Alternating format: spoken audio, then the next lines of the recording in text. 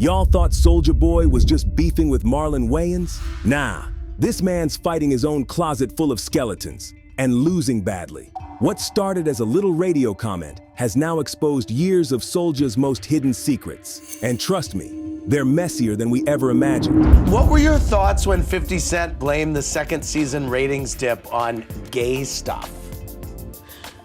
First of all, the pot calling the kettle black is all I'm saying.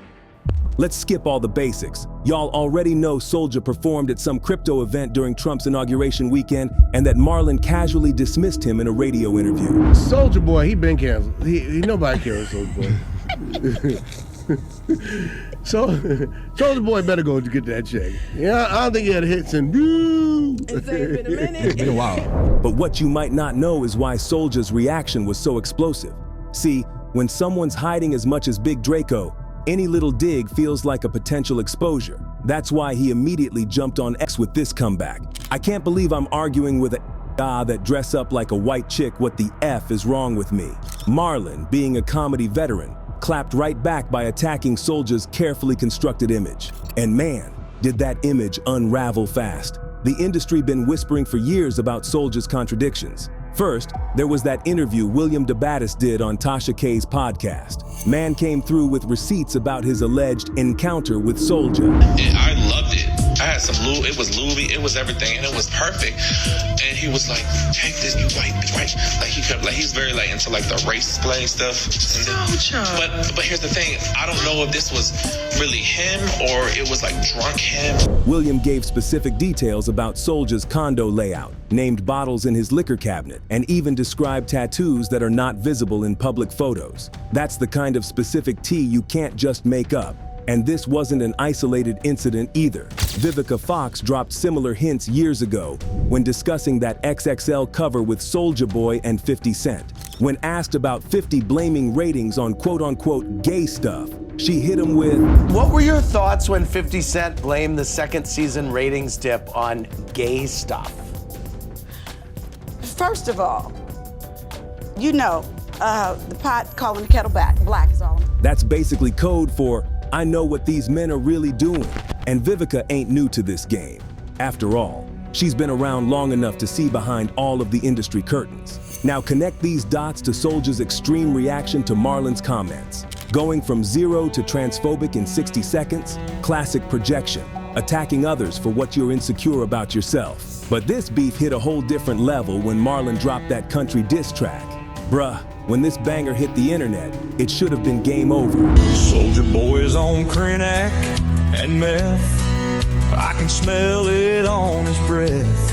Yes, he's on that creth. It's Krenak and meth. The internet lost it. This track was getting shared in every group chat, playing in club DJ sets, and even got played on some radio stations. So overnight, Marlon went from being an actor clapping back to a viral sensation with bars that cut deeper than any comedy routine possibly could. And just when everybody thought it couldn't get any wilder, TMZ caught Marlon outside, leaving some restaurant in LA. You'd think he might try to downplay the beef, but nah, he doubled down. On camera, with the whole world watching, Marlon went full savage mode. You can't do two songs, and I only remember one of them. Watch me, you. And beef with me. Get out of here. And then he hit him with the kill shot. Check this out. I'll put you in one of the movies. I need a crackhead for the new scary. I need a crack and a meth head all mixed together. You're perfect. I need someone that looks like a wet Muppet. That's what I am. I need crack and meth together. I need creth together. I want someone to look like they'll sell your car, rob you, and suck all at the same time. Soulja Boy. But Soulja's biggest mistake was then taking this beef to a whole nother level by coming at Marlon's transgender son, Kai. That runs in the family, huh? A Marlon Wayans? No wonder you like dressing up as a ba-ounce, it's in your blood. Now, this crossed a line. See, in Hollywood and music circles, everybody knows everybody's business. They just don't talk about it publicly until you give them a reason. So when Soulja went after Kai, he basically gave Marlon permission to go off harder than ever. And that's exactly when the skeletons started dancing out of Soulja's closet. One of the biggest contradictions in Soulja's image is his tough guy persona versus what allegedly happens when he's actually challenged. Let's talk about that wild night at his crib that ended with gunfire and serious legal drama. So check it. This might be the craziest part of Soulja's history that most people don't know the full story about. One night at his mansion, what was supposed to be an album celebration turned into something straight out of a crime show. Soulja claims masked intruders broke in, and he had to go all action hero. Hey, do the root. My partner say, man, who the f in this crib? A-Rap passed me the Bam, I look through the door. I see like 3, 4 running through the crib. All black, mask on, running through the crib. One run to the front door. I hop out, I start shooting. Bow, bow, bow, bow, bow. Shot the bow, shot his ass. Bow, bow, bow, bow. All the niggas run out the door, they run out the door. This nigga on the floor. But the full story is way messier. The shooting incident involved a man named Droop, and the two versions of what happened that night couldn't be more different. According to Soulja, masked intruders broke into his home, and he had no choice but to defend himself. But according to Droop, he and his crew were actually part of Soulja's label, and not just some random intruders. The confrontation apparently started because they heard one of their tracks playing at Soulja's album release party, with Soulja's verse added to it without any permission or any payment. And what Droop revealed in recent interviews makes this even more disturbing. According to him, Soulja had promised them production credits, feature opportunities, and a percentage of streaming revenue when they initially signed. But after months of creating content and choreography for his shows, they'd received exactly $0 and zero recognition. How much do you feel that Soulja Boy owes you? Everything he got, he owed me. Realistically, man. Everything. From the dances that he used to wear, to the dance move, to the clothes with the paint on it. All of that was us. That was us all day. Droop claims when he confronted Soulja about stealing their track, things got heated, and he actually slapped Soulja twice. It went just like that. I said, what you gonna do with that? So I slapped him again. 2 times. Okay. And then after you slapped him again, he let off? That's when he let off. That's when I got hit right here, in the front of my thigh. That was the first shot. That's when Soulja allegedly pulled the trigger. Now, instead of bleeding out at the scene, Droop managed to get to a car and was rushed to the hospital, where he woke up in handcuffs. That's right. It turns out that Soulja had already told police his version, resulting in Droop being charged with attempted robbery and facing 25 years in jail.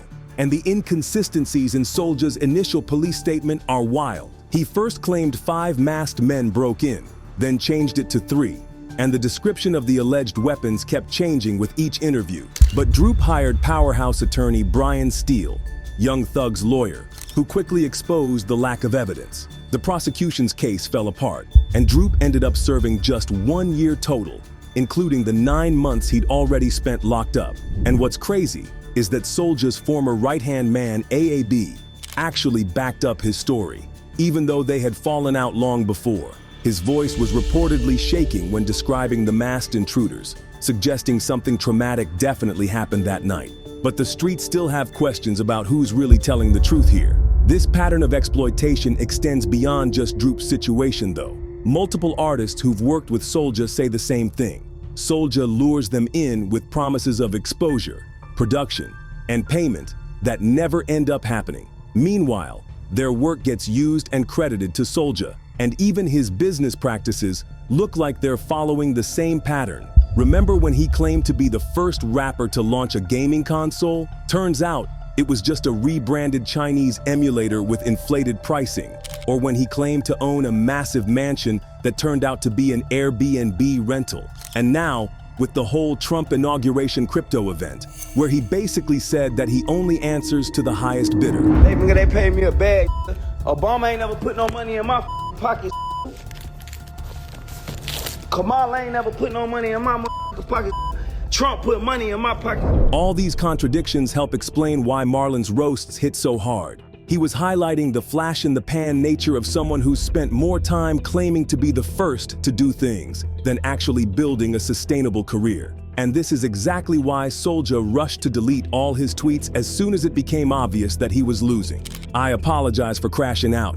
I just be trying to defend myself, but sometimes I take it too far. Back to the music and TV shows. Love y'all. Too late. The damage was done. What makes this beef hit different is it shows how the entertainment industry really operates. There's an unspoken code everyone follows. Certain things stay off limits until somebody crosses that invisible line. Then it's open season. When Soulja came at Marlon's son Kai with that transphobic nonsense, he stepped over a line. See, Marlon's been nothing but a real one about his journey with Kai. Back in June, he posted pride photos with a caption that had people calling him Father of the Year. As a father of a child in the LGBTQ+ community, I show my support. Zero fuck costs what people think. If I lost you, good. That's why the LGBTQ+ community went hard for Marlon when this all popped off. Protect Kai was trending within hours. And watch how fast those brand deals Soulja was counting on started disappearing. Money talks, and it was saying, "We good on you, Soulja." Marlon didn't play no games with his response either. Straight bodied him with, "If our Soulja Boy had a career, he could get canceled for this type of slander." Luckily, he ain't been relevant since 2007. Then he twisted the knife with that post about, "My child had top surgery and still has more chest than you," with that flex emoji. 2 million likes in hours. That's how you know Marlon connected with the people for real. The wildest part is seeing who really got pulled in the industry. Marlon built a whole empire from In Living Color to White Chicks to his stand-up today. Meanwhile, Soulja still trying to make Crank That stretch like it's 2007 while pushing them Fugazi business ventures. Look at who sided with who. All them A-listers riding with Marlon while Soulja's corner looking empty as hell. Even folks who did tracks with him suddenly got amnesia, and that silence spoke volumes about where he really stands. Now we watching the fallout in real time. 3 big sponsors already pulled their checks, and his streaming numbers taking a nosedive. Meanwhile, Marlon's getting inducted into the NAACP Image Awards Hall of Fame, reportedly fielding offers from major studios for LGBTQ+ focused projects, and his social media engagement is through the roof. Soulja might have pioneered internet rap marketing back in the day, sure, but he just got cooked by someone who understands how to move in these new media streets. Marlon escalated strategically. Text, then pictures, then that country song. A whole masterclass in how to win a beef in 2025. The lesson, when your whole life built on cap, don't come for a comedy legend's kid. Especially when that legend got access to all the industry tea that's been brewing about you for years. And now, for the scoreboard, Marlon turning this whole situation into W after W. NAACP Hall of Fame induction, and new studio deals for LGBTQ+ projects. And Soulja, his closet empty as hell now. All them skeletons out here doing the electric slide in broad daylight. Drop your thoughts in the comments. Who do you think really won this beef? Don't forget to hit that like button and subscribe, because something tells us this story ain't finished yet. Industry insiders tell us there are even more skeletons in Soulja's closet that haven't been exposed yet. Shout out to everybody who made it through this wild ride. Y'all the real MVPs.